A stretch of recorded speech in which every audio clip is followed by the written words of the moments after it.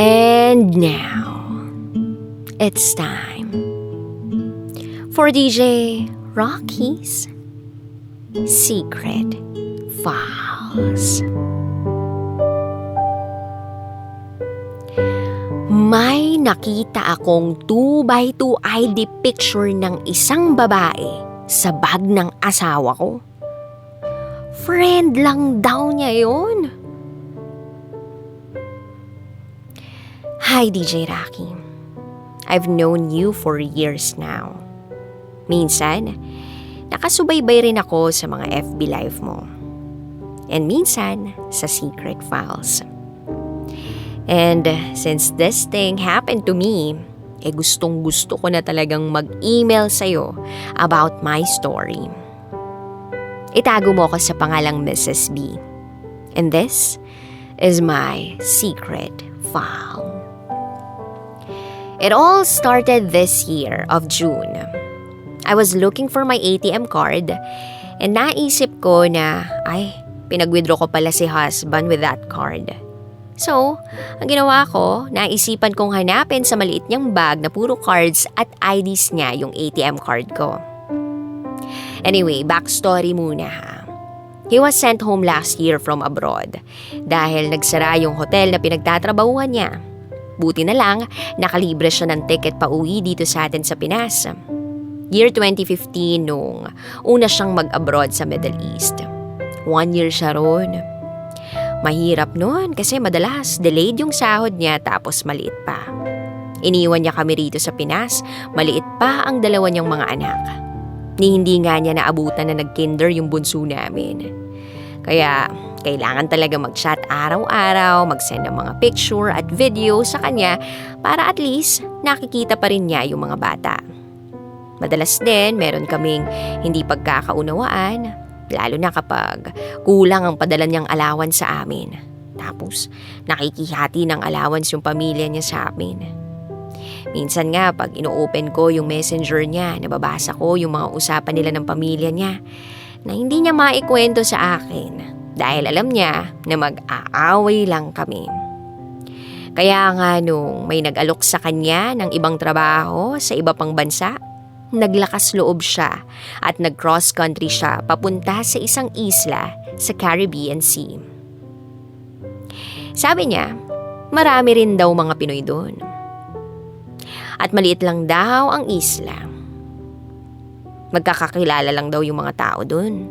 Pero, ang maganda doon, mababait ang mga tao. Kahit nga raw iwanan mong nakabukas yung pinto ng bahay mo, walang ibang papasok at manloloob. Hindi tulad sa Middle East. Kapwa mo Pinoy, kinakatalo ka pa. So, unang linggo niya sa isla, masayang masaya siya dahil ang laki ng pagkakaiba ng sahod niya sa Middle East compared sa sahod na natanggap niya sa loob lang ng unang linggo niya sa trabaho sa isla. Although magkaiba pa rin ang oras naming dalawa, pero alam ko naman na bahay-trabaho lang siya. Nakapagrenta rin siya ng isang kwarto doon na Pinoy ang may-ari. At meron din siyang kabahay ng mga Pinoy din. Madalas, pagtapos ng trabaho, nagkakayayaan silang mag-happy-happy. Magluluto at sabay-sabay kakain sa may tabing dagat.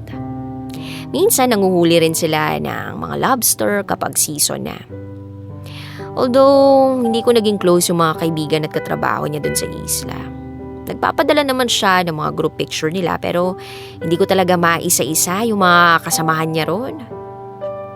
Kaya lang minsan bilang isang asawa, magkakaroon ka rin ng mga pagdududa lalo na't hindi mo naman kilala yung mga nakakasama niya tapos may mga babae pa. Madalas, tinatanong ko siya kung sino-sino yung magjojowa at kung sino yung mga single. Minsan, may isang group picture sila na bigla akong nagduda. Tinanong ko siya kung sino yun.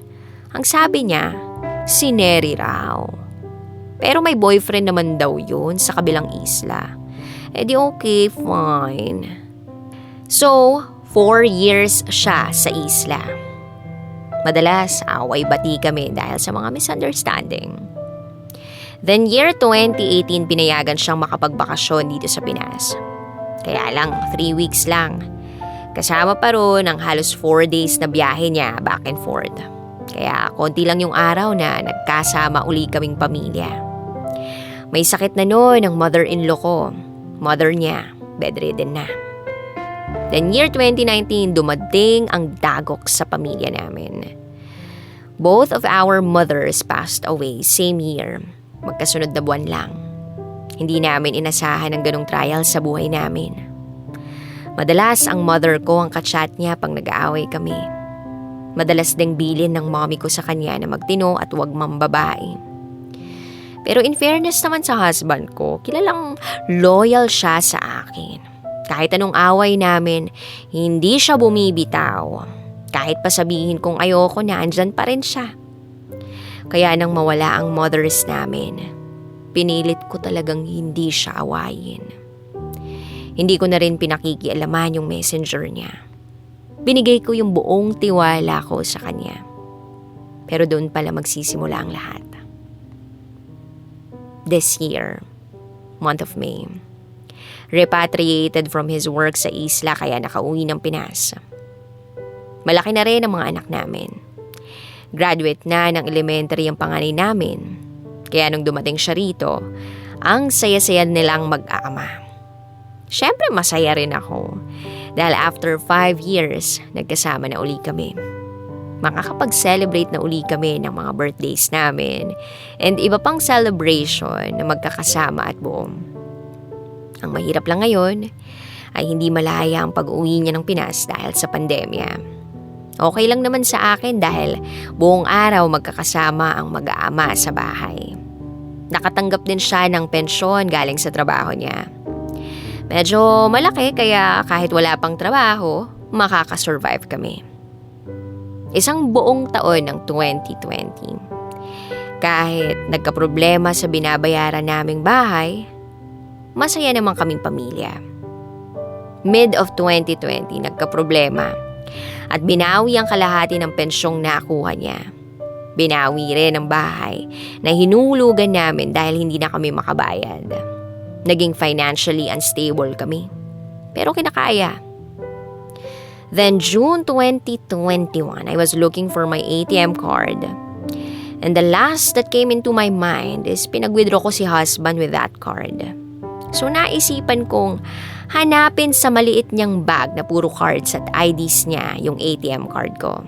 And to my surprise, may nakaipit na 2x2 ID picture ng isang babae. So the first thing that came into my mind, since nasa kwarto na sila ng mga bata while ako nasa baba, iba. I sent him the picture. Walang words, basta pinakita ko lang sa kanya. Aba, split seconds lang, katabi ko na agad siya. Nakababa na kahit busy siya sa nilalaro niyang mobile game. Tinanong ko kung sino yon. Kinakabahan na ako. Kita ko rin sa reaksyon ng mukha niya na guilty siya. Pero sagot niya sa akin, hindi niya raw alam. Hindi niya raw alam kung paano napunta sa bag na yun. Yung picture na yun. Hindi na talaga ako mapakali, iba yung nararamdaman ko. Kailangan kong malaman kung sino yon at kung saan niya nakuha yung picture na yon. Ayaw niya akong sagutin. Ayaw niyang magsalita kahit bukong-buko na siya na meron siyang ginawang mali. Ramdam ko yon. Di ako makatulog nung gabing yon. Galit na galit ako. Pinipilit ko talaga siya. Magkukwento lang naman siya since obviously nakaraan na yon. So, he started telling me his story. Habang nagkukwento siya, nasasaktan ako. Umiiyak ako. Hindi ko akalaing magagawa niya yun sa akin. Sabi niya, nakilala raw niya yung babae sa Middle East nung nagtatrabaho siya roon. Dami kong tanong sa kanya, bakit niya nagawa yun? Bakit niya pa naisipang humingi ng picture kung kawork niya ba yung babae? Ang sagot niya sa akin, sa ibang store dun sa mall kung saan andun din yung store na pinapasukan nila. Tanong ko sa kanya kung magkatabi ba yung store ninyo kaya nakita at nakilala niya yon. Nagkaka-chat ba kayo? So sagot niya, text daw, hindi messenger. Dahil sa messenger daw, mababasa ko raw kasi yun, kaya sa text daw sila nag-uusap. Tinanong ko rin paano niya nakuha yung picture ng babae. Sabi, inabot daw sa kanya kasi nalaman na aalis na siya at maglilipat na ng ibang bansa. Okay, fine. Naniwala ako sa kanya dahil yun ang kwento niya. Saka kailan pa ba siya sa Middle East? Year 2016 pa yon, kaya yung picture medyo luma na rin naman. Pero hindi natapos doon yung curiosity ko sa babae. Binuksan ko uli ang messenger at FB account niya. Hinanap ko, tinrace ko kung sino ang pwedeng makapagkwento sa akin or kung sino ang nakakaalam ng ginawa ng husband ko habang nasa Middle East siya.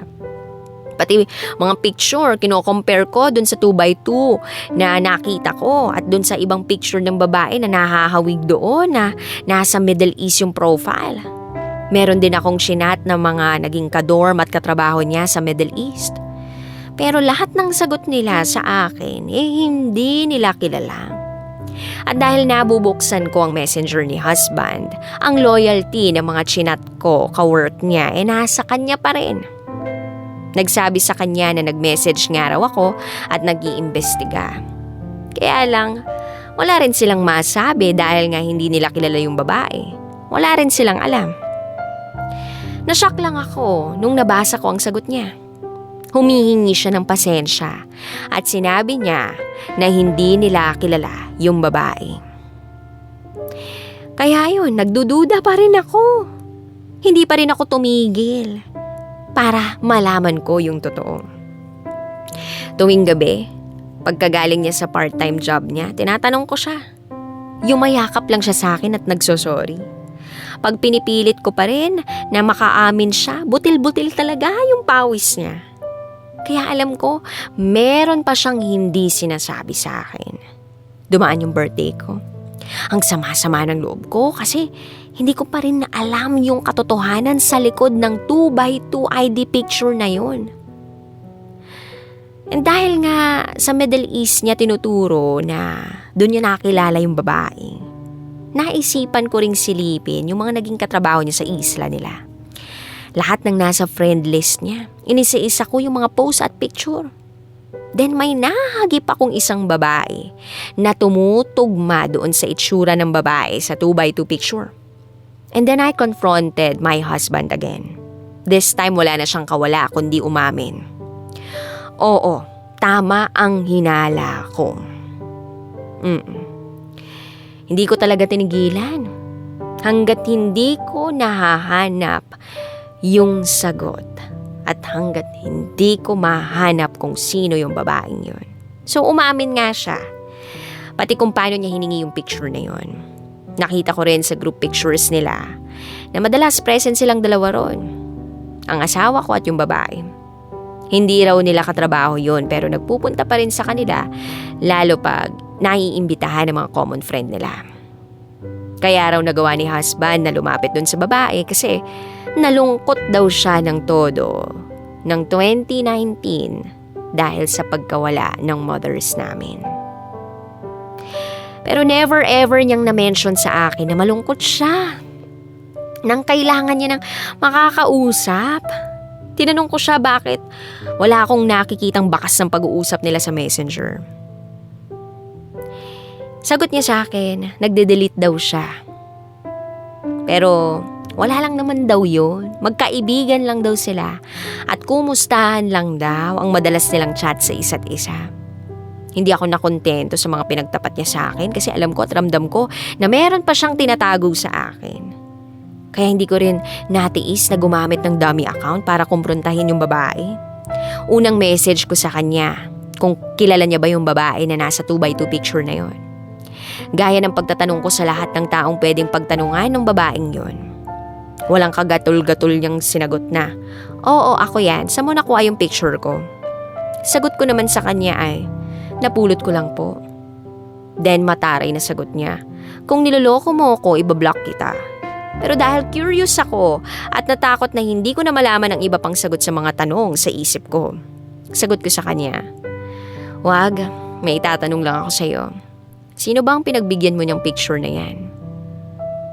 "Asawa mo." Mataray namang reply niya sa akin. "Bakit, kilala mo ako?" Tanong ko sa kanya. "Oo, kilala kita. Ikaw si Mrs. B, asawa ni Ian." Bakit ang sungit mo kung sumagot ka sa akin? Tanong ko sa kanya. Kasi ayaw mo magpakilala. Sagot niya sa akin. May itatanong lang ako. Bakit meron kang picture sa asawa ko? Tanong ko sa kanya. Hiningi niya sa akin. Sagot naman niya sa akin. Bakit mo binigay? Tanong ko ulit sa kanya. Basta ang dami kong tanong sa kanya. At ang tanging sagot lang niya sa akin, magkaibigan lang kami ng asawa mo. Palagi ka nga niyang kinakwento sa akin. Mahal na mahal ka ng asawa mo. At mahal na mahal niya ang mga anak ninyo. Itapon mo na yung picture ko kung pinag-aawayan niyo yan. Pero hindi ako kontento dun sa sagot niya. Sabi ko, pero bakit mo nga binigay sa kanya? Panakot daw niya sa daga. Is that an excuse? Tama ba na yun lang yung dahilan ng pagbigay niya ng picture niya sa asawa ko? Old school? Kulang na lang dedication sa likod ng picture eh. Sabi ng asawa ko, nalungkot daw siya tapos nakilala niya yung sineri. May brace pa sa ngipin, which I found out na weakness ng asawa ko ang may mga bakal sa ngipin. Sabi niya, trip lang daw niya yung babae. Excuse me for my words. Kumbaga na lang. Tapos si girl, sabi niya sa chat sa akin, hindi raw niya type ang asawa ko at may boyfriend daw siya, 2 taon na. In my conclusion, kung 2 years pa lang sila, edi bago pa lang. Year 2019 nang maisipan ng asawa kong i-chat siya. 19, 20, 21, 2 years, which means nung umalis si husband sa isla, tsaka pa lang siya nag-boyfriend. Makes sense, diba? What do you think? And DJ Raqi, alam mo ba kung ano pang masakit na nalaman ko? Yung araw daw na paalis na siya ng isla, nakipagkita at nagpaalam pa siya ng personal sa babae. Doon pa lang daw niya inabot yung picture. Huh? Para saan? Remembrance na once in that island may something between them? Remembrance pag uwi ng Pinas para hindi makalimutan? Nung nakita ko yung picture sa maliit niyang bag, sabi niya, nakalimutan daw niyang i-dispose. Matagal na raw yun doon. Hindi ko malaman sino sa kanilang nagsasabi ng totoo. Kung kailan ko sila nabuking, tsaka pa lang sila nagsisi-block ng mga FB nila para pang habang tulog ako sa gabi, nagkakausap pa rin sila. Hindi ko na alam. Naguguluhan ako.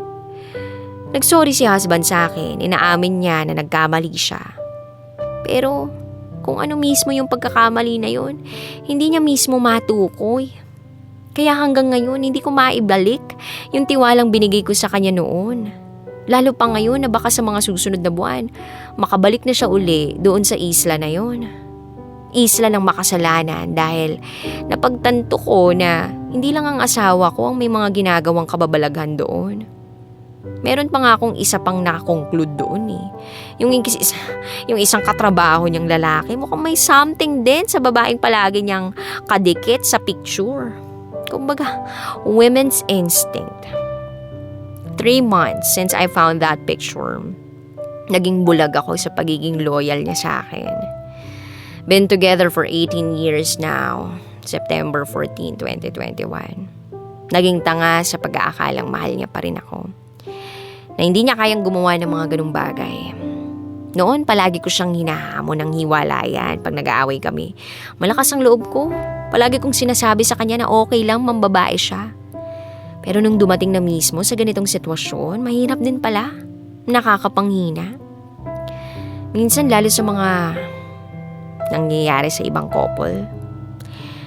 Naisip ko rin na siguro nagsawa na siya.